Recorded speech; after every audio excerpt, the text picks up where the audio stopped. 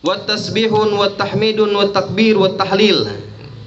Sunahan berikutnya setelah tadi sutrah ya, adalah kesunahan membaca tasbih, wa tahmid membaca tahmid, membaca takbir, membaca tahlil, membaca istighfar, ashran 10. Idza aradal qiyama ila salati. Kalau kita mau mendirikan salat. Jadi sunnah sebelum mendirikan salat kita membaca ini 10 aja. Jangan kebanyakan, kalau 100 enggak salat. Ya, 10 baca tasbih, baca tahmid, takbir, tahlil sama istighfar 10 kali ketika kita mau bangun salat atau mau mendirikan salat. Banyak juga ya. Lama juga ini. Itu Makanya dulu lihat ya, kalau imam-imam dulu ya, orang-orang tua kita yang benar-benar pakai begini nih. Lama tuh. Subhanallah dibaca, kemudian disunahkan lagi sebelum salat itu baca surat An-Nas kan? Iya.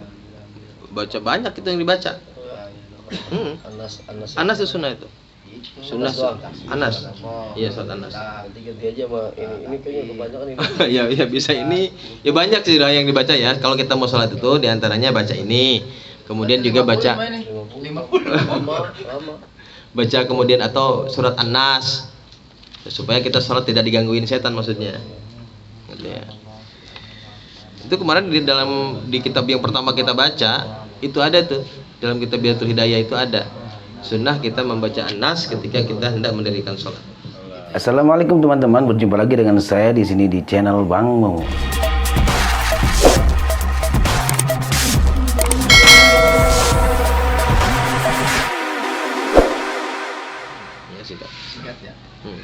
Banyaklah doa mah sebetulnya, banyak. Yang mana aja yang kita bisa, yang kita sempat baca. Nah, jangan sampai kita mau sholat masih ngelamun aja, itu yang nggak boleh. 5 rawa Ibnu Sinni ya, karena ada sebuah hadis yang diriwayatkan oleh Imam Ibnu Sinni an Ummi Rafi, yang diriwayatkan dari Ummi Rafi annaha qalat, bahwasanya beliau berkata, ya Rasulullah, wahai Rasulullah, dullani ala amalin, tunjukkanlah kepadaku sebuah amal, ya'jurunillahu azza wa jalla alaih, yang mana Allah Subhanahu wa taala memberi ganjaran kepadaku atas amal tersebut. Qala, beliau berkata, Rasulullah SAW bersabda, ya Umma Rafi, wahai Ummu Rafi, idza qumti ila shalah, jika kamu bangun mendirikan salat, fasabbihillaha ta'ala, maka bacalah tasbih kepada Allah Subhanahu wa taala ashron 10 kali, wa hallilihi, dan baca tahlil 10 ashron 10 kali, wahmadihi, kemudian baca tahmid ashron 10 kali, wa kabbirihi, membaca takbir ashron 10 kali, wastagfiri, kemudian baca istighfar ashron 10 kali. Fa innaki, maka sesungguhnya engkau, idza sabbahti, kalau engkau membaca tasbih, qala Allah taala, Allah Subhanahu wa taala berfirman, hadzali, ini untukku. Wa idza halalti, dan jika engkau membaca tahlil, qala Allah taala hadzali, ini untukku. Wa idza hamadti, dan jika engkau membaca tahmid kepadaku, qala Allah taala hadzali, ini untukku. Wa idza kabbarti, dan jika engkau membaca takbir kepadaku, qala Allah taala hadzali, Allah Subhanahu wa taala berfirman, ini untukku. Wa idza astaghfarti, qala Allah taala qad fa'altu dzalika, dan jika engkau membaca istighfar kepada Allah Subhanahu wa taala, Allah Subhanahu wa taala berfirman, qad fa'altu dzalik, sungguh aku telah melakukannya. Artinya Allah Subhanahu wa taala telah mengampuni dosa-dosanya. Ini membaca itu tadi ya, tasbih, tahmid, takbir, tahlil sama istighfar 10. Jumlahnya 50 kali. Singkat ya. Ya, singkat aja. Bingung ya. Nah, ini hadis ini diriwayatkan oleh oleh Ummu Rafi. Berarti itu setelah sunnah ya?